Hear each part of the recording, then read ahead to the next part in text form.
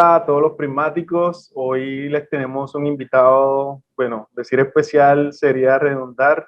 Con ustedes, Nathan Nisimblad. ¿Cómo está? Hola, ¿cómo estás? Nathan, ¿cuál es el origen de tu apellido? Uh, eh, Mi nombre, Natán, es una palabra que viene del idioma hebreo, literal hebreo. No es israelí, sino en hebreo, del verbo dar, que es noten. Natán es Dios, y tiene, pues, de alguna manera una ascendencia bíblica que significa Dios le dio o Dios le dio un regalo. Entonces de ahí viene mi nombre. Y mi apellido viene de Rumania, de lo que hoy es Ucrania, pero antes Rumania era tenía una anexión en Ucrania, una zona que se llama Besarabia. Hoy le pertenece a Rumania, antes ucraniano, y de allá viene el apellido. Es un apellido, de hecho, bastante común. Nisimblad Ok, ok. significa Bueno, hoja de nuez. hoja de nuez, qué curioso, Sí. qué curioso. Te voy a hacer dos confesiones. La primera es que tengo un top 3 de abogados que se dedican a temas de derecho procesal y que marcan una pauta. Tú estás integrado en ese top 3. Gracias. Las otras personas que lo integran son Marco Antonio Álvarez, me parece que también marca una pauta cada vez que opina, y el otro es Henry Sanabria. También me parece que es muy claro en cuanto a sus conceptos. No he definido Absolutamente. aún un podio, un orden del podio, pero sí, sí la vanguardia la marcan ustedes tres. Para mí son los mejores de la actualidad. Bueno, yo te doy de una vez. En primer lugar, puedes poner a Marco Antonio y a Henry y después a mí.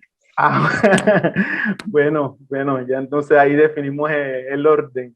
Y la otra confesión es que en alguna oportunidad, por ahí hace unos 3 o 4 años, hiciste una publicación en Twitter sobre un tema en específico y te lo comenté. Te comenté diciéndote que tus posiciones sobre derecho procesal, en específico ese que estabas tratando, son muy insulares. Así te lo comenté, tú le diste like, pero después me quedó la duda de si lo habías tomado como un insulto y en realidad era un halago. Para mí el derecho y sobre todo el derecho procesal se construye desde las teorías insulares porque a partir de eso es que uno va construyendo. Entonces, bueno, quería comentarte esas dos incidencias. No, de hecho no lo tomé como un insulto. La mayoría de personas que comentan digamos, perdón la redundancia, comentarios que yo hago en la red social Twitter, son personas interesadas en el derecho procesal. Entonces, cualquier persona que interactúe con una publicación que yo hago es porque está interesada en entrar en el debate. Yo hasta ahora no he sentido, salvo casos muy, muy aislados, que haya algún tipo de ataque personal o de comentario desobligante hacia mí. Y pues, para entender la palabra insular, yo vengo de una isla.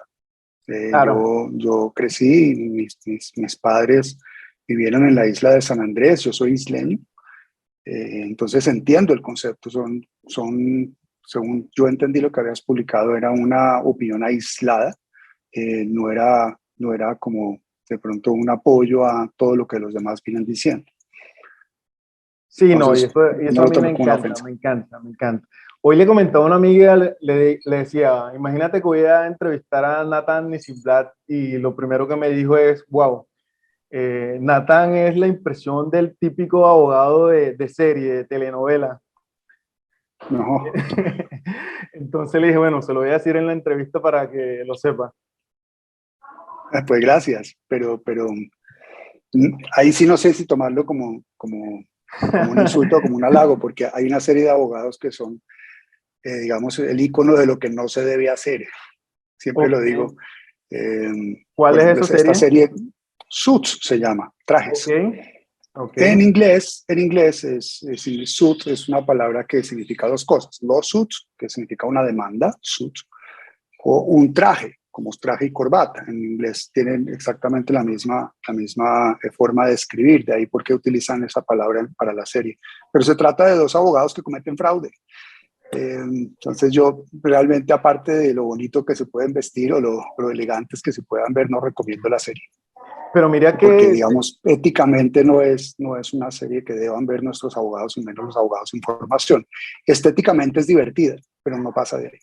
ok, ok. Aquí en Prisma, en alguna oportunidad hicimos un especial sobre Harvey Specter en cuanto a la forma como objetaba las preguntas. Era que solo invocaba la causal y el juez resolvía inmediatamente. Sí, pero te voy a insistir, se han hecho muchos análisis, no, creo que no es el tema de la conversación, pero ya que lo trajiste, se han hecho varios análisis sobre los contenidos de esa serie y de otras, abogados muy serios, están en redes sociales, eh, sobre digamos, la veracidad de lo que dicen en los capítulos. Y se ha llegado a la conclusión de que un altísimo porcentaje de las historias que ellos cuentan, es decir, lo que ellos personifican, es falso. Por eso, de pronto, no es recomendable darle como referente a nuestros estudiantes, yo digo estudiantes, ¿no? A las personas que están en formación, los que ya pues estamos un poco más del otro lado, que ya hemos, digamos, superado ciertas experiencias, no tenemos tanto problema por el influjo que esto nos pueda traer, es decir, por la mala influencia. Pero para los que están en formación, ver una serie como Suits, creo que traducida al español es, se me olvidan este nombre, no, la serie, ¿cómo se llama en español? Lo estoy olvidando en este momento. La ley de los La audaces. ley de los audaces. Recomendar esa serie no es bueno, ni que un profesor de derecho se lo recomienda a su estudiante, ni que en redes sociales tampoco le hagan propaganda. Y te voy a decir por dos razones, además de la que ya di. Entonces, di dos. Una que es una serie sobre fraude, que cometen dos abogados, uno en particular que es el principal, que se llama Harvey Specter. Él sabe que está cometiendo un gran fraude, que está contratando a una persona que no es abogada. Pues obviamente el otro, que sabiendo que no es abogado, pues, continúa con el fraude y engañan a una serie de personas. La segunda, porque en la mayoría de los capítulos se narra una forma ilegal de litigar, que es la de Harvey Specter. Harvey diseña sus estrategias a partir del engaño, a partir del fraude, y a él de hecho lo procesan varias veces en los capítulos, sale airoso, porque es una persona, digamos, ágil, así lo muestran en la serie, pero siempre lo está persiguiendo el fiscal general, lo están persiguiendo de la barra de abogados, de hecho a su socia principal la terminan expulsando por conocer la situación de su asociado, y le prohíben el ejercicio de la profesión. Y él se salva porque le ocultan la historia. Entonces, por ese lado, éticamente no es bueno recomendar. Y lo otro que les quería, de pronto quiero contar, es que la serie se enmarca en un modelo que no es para nosotros común, que es el modelo norteamericano de derecho. Los norteamericanos heredaron la tradición de los ingleses.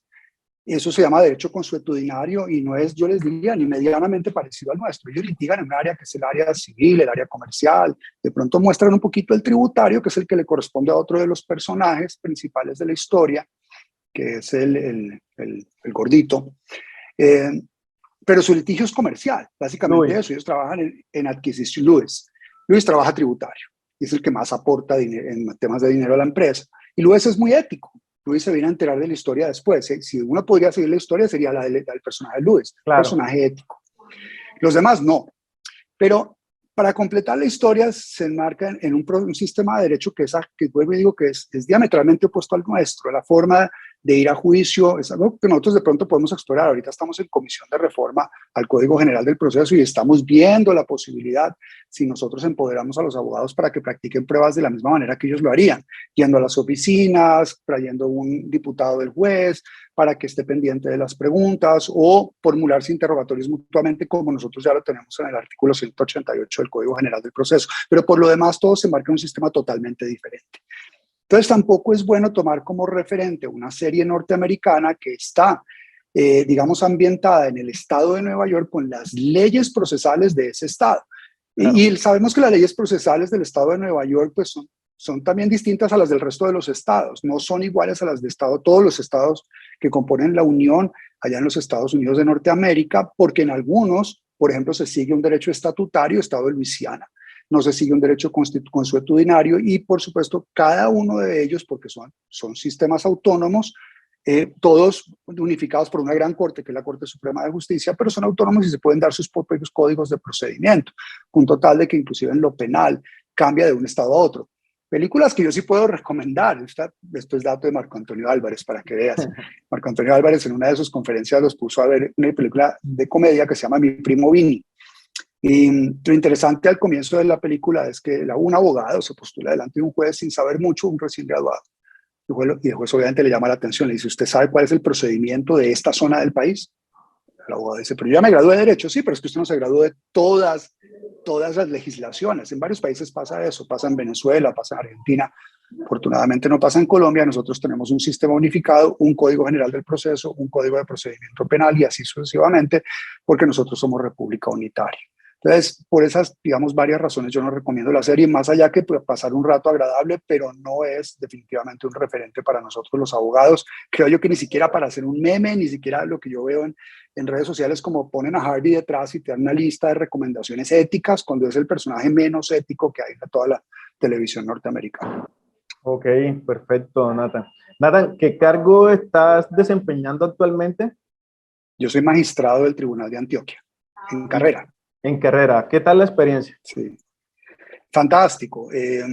Muchos de los que van a ver esta entrevista sabrán lo duro que es llegar a la carrera judicial. Hemos pasado por varios concurso, concurso. A continuación, yo para descargo que tengo concursé en una convocatoria que inició en el año 2013, un examen muy duro organizado por la Universidad de Pamplona. Lo aprobamos igual que en muy poquitas personas. Para el cargo a que yo aspiré aprobamos 14 personas. Finalmente nos posesionamos muy poquitos de la lista. Es digamos, una experiencia enriquecedora, formadora, que le lleva a uno digamos, a entender por dentro el sistema judicial colombiano, a intentar perfeccionarlo y por sobre todo a recomendarlo. Es algo que la mayoría de abogados debería proponerse para su vida, al menos una vez en la vida, hacer su verdadera judicatura.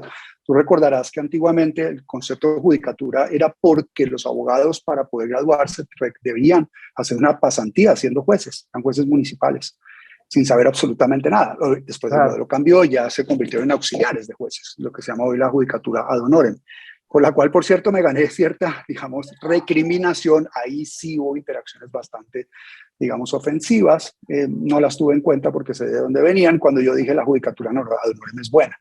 Entiendo a quienes me lo replicaron, entiendo a quienes me recriminaron, entiendo la angustia de un estudiante de Derecho que no se puede graduar y que además lo obligan a pasar 9 meses en un juzgado y que además no le paguen.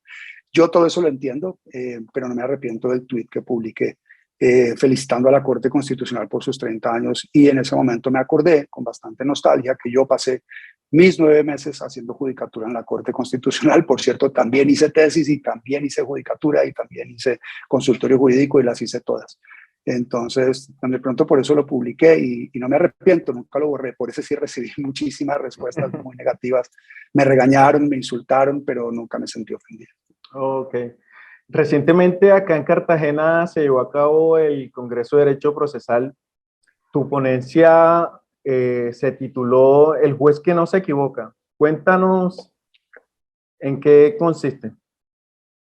Bueno, el juez que no se equivoca es, pues, digamos, una reacción hacia el legislador.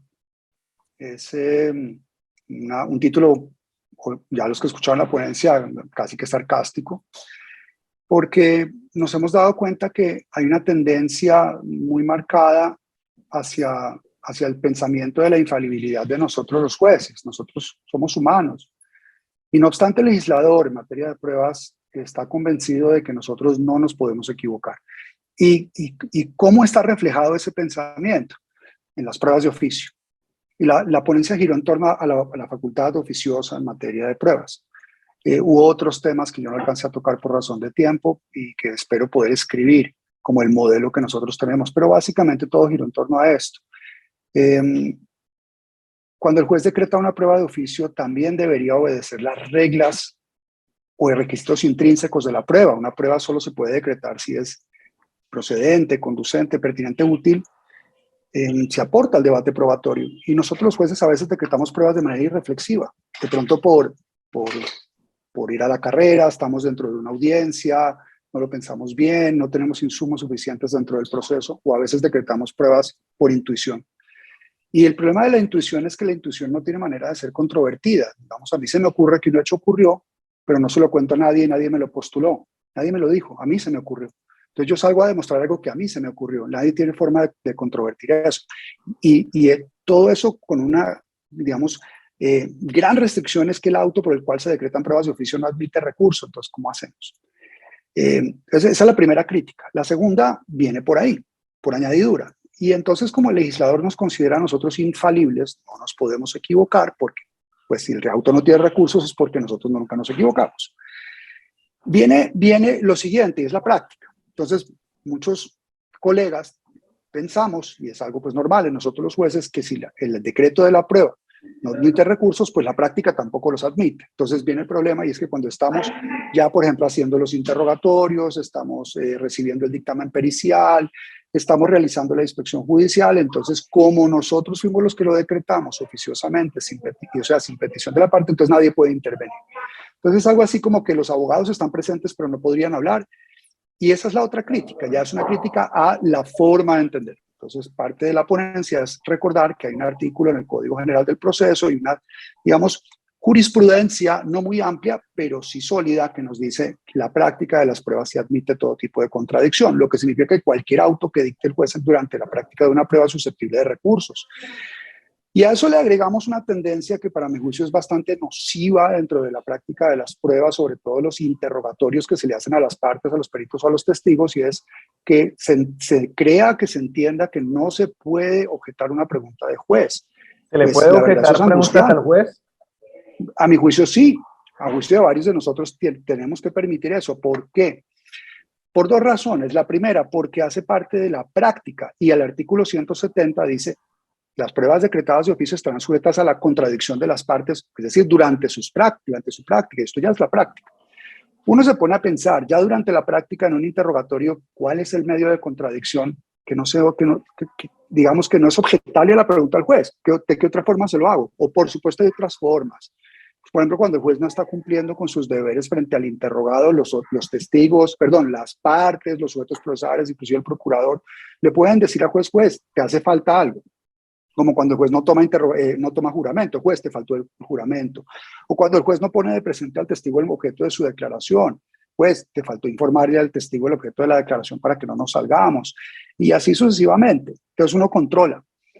Pero a la vez viene el interrogatorio. Entonces, por una parte, el 170 es bastante claro, la contradicción es permitida. Por otra, pues ninguna norma sugiere que esté prohibida la objeción al juez. Y viene la pregunta que todo el mundo hace. Y si yo le objeto al juez, la pregunta que hizo el juez, lo publiqué en un tuit hace 2 días, ayer creo. Sí, ¿Quién resuelve la objeción? Entonces yo contesto, el juez. Y fui reiterativo, el juez. Pero mucha gente dice, ¿pero por qué el juez? ¿Será que el juez va a aceptar su error? Y yo digo, ¿pero es que acaso eso es nuevo? ¿Será que nunca el juez ha aceptado el error? La respuesta es, pues obvio. Fernando Canosa Torrado, que te recomiendo la lectura de su libro Recursos Ordinarios, inicia su capítulo contando eso. Dice: el juez es humano, el juez se equivoca, el juez es falible y el legislador lo acepta, y por eso el legislador contempla recursos ordinarios, especialmente el recurso horizontal de reposición, dice Fernando Canosa. Y él lo explica, dice, es que los jueces tienden a equivocarse, no es normal, y por eso están las partes para corregirlos.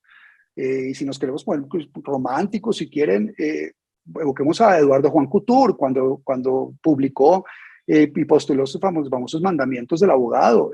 Abogado, ayúdale al juez, que de vez en cuando necesita tu conocimiento para poder mejorar la resolución del caso. Entonces, todo esto nos lleva a pensar a nosotros que estamos en un mundo que requiere justicia y que ya ha trascendido de la órbita del estudio, de la academia, del grado. Y esto va a muchísimos ámbitos. Los jueces no debemos ser imperativos con las partes, no debemos anular sus derechos. Los jueces no debemos limitar los derechos de las partes, por ejemplo, durante las audiencias. Y una forma de limitarlos es evitar la objeción. Entonces, ¿quién la va a resolver? El mismo juez que resuelve la reposición. Si yo le interpongo reposición al juez, pues el juez resuelve la reposición y no se pone bravo. Siempre lo he dicho, los jueces no nos ponemos bravos porque nos interpongan un recurso. Eso sí, a cualquier ser humano le va a molestar que lo insulten. Luego, si el abogado insultó al juez en medio de su recurso, pues el juez va a reaccionar. Claro. Nata, Sobre este tema que estás comentando, sobre la prueba de oficio, es muy común porque lo he vivido incluso, la prueba de interrogatorio de parte establecida como oficio en el 372. Hay jueces que no le dan traslado a la parte porque no lo solicitó. Es obligatorio en virtud del 170 que ese interrogatorio que se haga a la parte, porque es una prueba de oficio, se le tenga que dar traslado a la parte aunque no haya pedido esa prueba. No, no. Eh, lo que hay es un derecho de contradicción. Entonces, el juez tiene que esperar pacientemente a que una de las partes le pida el uso de la palabra. Digo una de las partes, cualquiera de las dos. De una vez vamos a poner un punto álgido. ¿Podría el abogado del interrogado hacer interrogatorio después del juez? Entonces la respuesta es obvia. Es una forma de contradicción. Si al juez le interesaron unos temas y esos temas a juicio de las partes no quedaron evacuados, claros, precisos, eh, o si por alguna razón el juez llevó al declarante a contar algo de manera incompleta. Entonces, ¿qué nos dice siempre el código? Eso no es del Código General, es de toda la vida. En esto recuerdo mucho las conferencias del maestro Horacio Cruz de la Universidad de los Andes. Horacio siempre dice, y también Marco Antonio en su libro, por cierto, lo dice la confesión debe ser completa, el juez debe aceptarla con todas sus aclaraciones. Obviamente no lo dicen ellos, lo dice el código, pero ellos siempre lo recuerdan. Es completa. ¿Qué tiene de malo entonces que si el juez está interrogando al demandante y el abogado del demandante también contrainterroga? Eso ya lo tuvo que decir la Corte Suprema de Justicia. Pero en tu pregunta muy puntual, la respuesta va a ser como por la siguiente vía. Hay actos de parte que requieren petición. Por ejemplo, intervenir en una audiencia a veces requiere petición y a veces el juez tiene que intervenir para que la parte hable. Voy a ponerte dos ejemplos en los cuales es obligatorio que el juez obligue a las partes a que se pronuncie. El primer ejemplo está en el 372, numeral sexto. Conciliación. El juez obliga a las partes a que se pronuncien. No importa que le digan, juez, no tengo ánimo conciliatorio, pero están obligadas a contestarle al juez. Pues les tiene que dar el uso de la palabra. Ejemplo número 2, numeral 7 a continuación. El juez al fijar litigio requiere a las partes y a sus abogados para que manifiesten los puntos en que estén de acuerdo y que sean susceptibles de confesión. El juez obliga. Y en el 372 y 373, pero me voy a ir al 373, el juez concede la palabra a las partes hasta por 20 minutos para que aleguen de conclusión. Entonces el juez da la palabra. De resto no. Es muy importante tu pregunta porque si el código no obliga a que el juez dé el uso de la palabra, y voy a variar un poquito la expresión que tú casi utilizaste, no es dar traslado, porque fue un acto de juez. De los actos de juez no se da traslado, se da derecho de contradicción previa notificación. Los traslados se dan a actos de parte. Claro. Entonces es dar la palabra. Entonces hay algo muy importante y es que si las partes no piden la palabra, el juez no tiene por qué darla. En muchos casos, por ejemplo, los jueces proferimos providencias y la norma dice que la providencia automáticamente por el modelo de audiencia queda notificada en estrados. Los jueces no tenemos por qué decirlo. Inclusive en los cursos de técnica de juicio oral se lo decimos a los estudiantes y a los otros jueces. Se los decimos, venga juez, no dé el uso de la palabra porque puede que genere una costumbre, lo que nosotros llamamos una expectativa de derecho o un derecho no adquirido que da la sensación de que sí lo es, de que hasta que el juez no me dé el uso de la palabra, entonces yo no lo hago. Voy a ponerte el ejemplo. Juez profiere sentencia en nombre de la República de Colombia por autoridad de la ley fallo. Entonces uno dice, por ejemplo, niéganse todas las pretensiones. ¿Hay quien queda afectada? La parte demandante. Entonces, ha habido un problema y es que los jueces, como yo digo, muy deferentemente, muy amablemente, preguntan, sobre todo al demandante, si tiene algo que decir. Demandante, tiene el uso de la palabra. Puede que el demandante no quiera decir nada.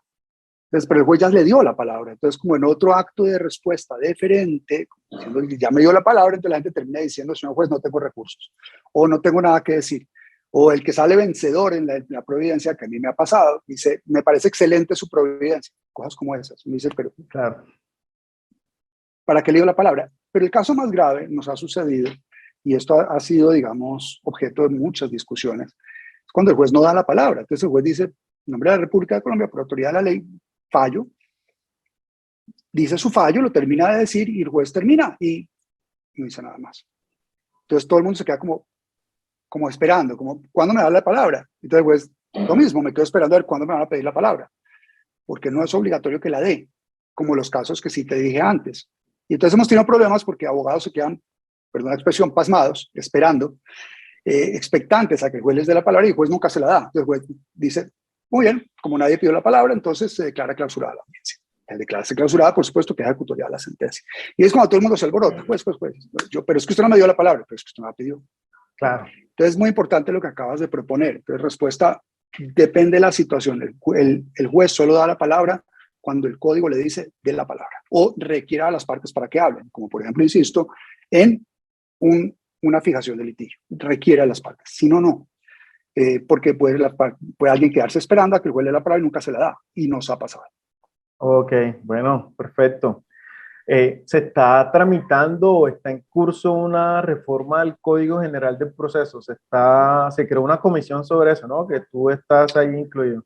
Sí, señor. El maestro Ulises Canosa, junto con el profesor, obviamente, emérito Jairo Parra, han integrado una comisión. Estamos participando todos los miembros del Instituto Colombiano de Derecho Procesal, algunos activamente en las comisiones y otros no tan activamente, pero sí enviando comentarios a través de las comisiones. Se integraron comisiones, digamos, por capítulos y títulos del Código General del Proceso. A mí me corresponde presidir, soy presidente de la Comisión para la Reforma del Capítulo de Pruebas. En esa comisión estamos, pues, juristas muy, muy importantes. Freddy Toscano, Horacio Cruz, Jairo Parra Cuadros, Omar Cárdenas, que hizo una ponencia espectacular ahorita en Cartagena, varias personas. No las alcanzo a mencionar todas porque somos muchos. La idea es hacerle un ajuste al Código General, pero quiero contarte esto. El profesor Ramiro Bejarano, el profesor Ulises Canosa han dado una orientación para que no reformemos estructuralmente el Código General del Proceso, sino que por ahora nos aboquemos a hacerle unos ajustes que consideremos que son los más urgentes y necesarios, porque se han presentado muchísimas situaciones en las cuales el litigante queda inconforme o el juez está inconforme con la regulación como quedó en el Código o en la actual Ley 2213, que pues conforman un solo cuerpo, según dice la propia Ley 2213. Entonces, en los juzgados están inconformes por muchas cuestiones, por trámites memoriales, etcétera, por el uso del correo electrónico que genera digamos, represamiento, lo cual, por supuesto, genera inconformidad en los abogados. Y ha habido muchos casos en que hay demasiadas opiniones frente a una misma norma, entonces los ajustes los queremos hacer. Zanjar discusiones, mejorar algunas normas, pero no hacer una reforma estructural, es decir, algo así como cambiar toda una institución o quitar todo el modelo del Código General o cambiar todo el régimen probatorio, no lo vamos a hacer. Vamos a discutir lo más urgente. Bienvenidas las propuestas. Por conducto tuyo, quiero reiterar una invitación que yo hice a través de la red social Twitter y es la siguiente. Sabemos que hay casos particulares que ameritan revisión. Eso en algún momento, digamos, es angustiante para un litigante, quiero que mi proceso me lo arreglen, o estoy cansado de que en tal o cual juzgado no me atiendan de la manera que yo lo espero, etcétera, pero son casos particulares. El Código General es una ley general, es impersonal y es abstracta, es decir, es una ley para todos que va a regir además por su orientación todo lo que no esté regulado en las demás leyes procesales. Entonces debemos hacer todo lo posible porque la regulación sea lo más general posible, que sea lo más abstracta posible. Entonces estamos recibiendo las propuestas. Y lo segundo que estamos haciendo es solo recibiendo propuestas que tengan fundamento en consultas que hayan hecho o a la ciudadanía, bien puede ser a un grupo de jueces, a un grupo de abogados, a un grupo de estudiantes, bien puede ser producto de una investigación de una universidad, o que tengan fundamento en estadísticas. Las estadísticas las lleva, por ejemplo, la rama judicial a través del Centro de Documentación Judicial. Las estadísticas también las llevan las corporaciones, es decir, las ONGs, la Corporación de Excelencia de la Justicia lleva unas estadísticas, el DANE tiene sus estadísticas, el MINTIC tiene sus estadísticas, ahora que estamos hablando de justicia digital y plan de justicia digital, etcétera. El Banco Mundial también nos envía a nosotros unas estadísticas. Entonces, recibimos propuestas que preferiblemente tengan fundamento en estadísticas, porque hay que recordar que es una norma de carácter general. Claro. No podemos resolver casos particulares. ¿Cuáles ajustes consideras tú que se deben hacer al capítulo de las pruebas? Muchos. Hemos tenido graves problemas con el juramento estimatorio. Es una propuesta que vamos a llevar a la mesa. De hecho, queremos actualizar algunas palabras que para nosotros tienen un origen más teológico o místico, como la misma palabra juramento, lo dije en el Congreso. El concepto juramento es místico, lo digo Jordi Nieva Fenol. De pronto no concordamos mucho en la propuesta que él hizo de quitar los testimonios, pero sí en los juramentos. Vamos a actualizar y tratar de reforzar lo que más podamos las pruebas extraprocesales. En eso están trabajando el profesor Orión de aquí de Medellín y profesor Omar, porque queremos que los abogados se empoderen. Hemos advertido que darle a los abogados más facultades probatorias es provechoso para el proceso y redunda en calidad de las sentencias y sobre todo en tiempos procesales. Si las pruebas ya vienen practicadas, el juez demora menos tiempo en fallar, como está pasando en muchos regímenes procesales. Uno de los mejores ejemplos es la tutela. La tutela se falla en 10 días, mágicamente, como alguna vez dijo el profesor Diego López Medina en un congreso. Es una magia. ¿Por qué la gente para la tutela ya trae todo listo? Porque sabe que nosotros los jueces vamos a fallar en 5 días. Lo cierto es que nosotros no fallamos en 5 ni en 10, fallamos en 1, porque la represión que tenemos. Entonces, esa magia la logramos porque los litigantes nos traen ya todo listo. Todo lo consiguen, como ya está pasando con la prueba documental, que tiene 3, 4 restricciones a lo largo de todo el Código General. Entonces queremos imponer más restricciones a las demás pruebas, sobre todo a las testimoniales, que por ahora no tienen ninguna restricción, tienen permiso para que las partes las practiquen directamente, pero no tienen restricción. Pruebas que tienen muchas restricciones, la prueba pericial, de artículo 227, entonces lo queremos dejar como está, en ese punto de que la parte lo traiga, pero queremos mejorar la parte de contradicción porque tiene muchísimos problemas. La gente no sabe qué hacer realmente con digamos, las pruebas que entran tarde, los traslados, etcétera. El tema de la objeción por error grave, que tanta discusión ha dado en todos los juzgados, pues obviamente es una forma de alterar el debate procesal si se admite o no se admite. Y en general, recibir las propuestas que hemos venido escuchando a lo largo de estos 10 años por parte de jueces, litigantes y académicos sobre, por ejemplo, la práctica del interrogatorio a las partes, si se admite o no el interrogatorio a las partes, si se admite o no el interrogatorio al representante legal de entidad pública, aspectos que ya la Corte Suprema de la Justicia ha tocado. Y por último, por supuesto, incorporar lo que ha sido de materia de estudio por la Sala de Casación Civil, por la Corte Constitucional o por el Consejo de Estado, pero sobre todo la Sala de Casación Civil, que es la que por constitución está encargada de verificar los criterios de interpretación en materia procesal civil. Entonces vamos a incorporar muchísimas decisiones y conceptos de la Sala de Casación al Código General para poder actualizarlo y mejorarlo, pero sobre todo van a ser ajustes. Bueno, Nathan, yo creo que esta entrevista ha sido muy provechosa. La verdad, agradecerte por aceptar la invitación. La verdad, ha sido un placer. Gracias. Cuando uno hace una invitación para una entrevista como esta, la hace pensando en las personas que la van a ver. Bueno, yo voy a ser sincero y la verdad la hice fue pensando en mí porque sabía que lo iba a disfrutar muchísimo. Entonces, también espero que a todos les guste. Agradecerte nuevamente por aceptar esta invitación. Gracias. Y bueno, aprovechar, quiero invitar pues, a todos a que vean la entrevista para Prisma Jurídico. Es una recapitulación de lo que dije en el Congreso Colombiano de Derecho Procesal año 2022 y una invitación a todos para que se unan a este gran proyecto que adelanta el Instituto Colombiano de Derecho Procesal y la Corte Suprema de Justicia también. El magistrado Haroldo Quiroz ha integrado unas comisiones, a mí también me corresponde integrar una, no liderarla porque esa la preside el magistrado Francisco Ternera Barrios, en la cual también se están estudiando los posibles ajustes al Código General del Proceso. Todos cordialmente invitados a que participen, a que remitan sus propuestas, sus estudios y sus justificaciones. Bueno, muchas gracias por la invitación. Bueno, y a todos ustedes sigan conectados con nosotros. Les vamos a seguir trayendo invitados como Nathan. La verdad, Nathan, lo que le dije en toda la entrevista, para mí está en el top 3 de los mejores procesalistas de la actualidad. Y bueno, se los llevamos a ustedes. Así que chao y nos vemos en una próxima entrega. Chao, gracias.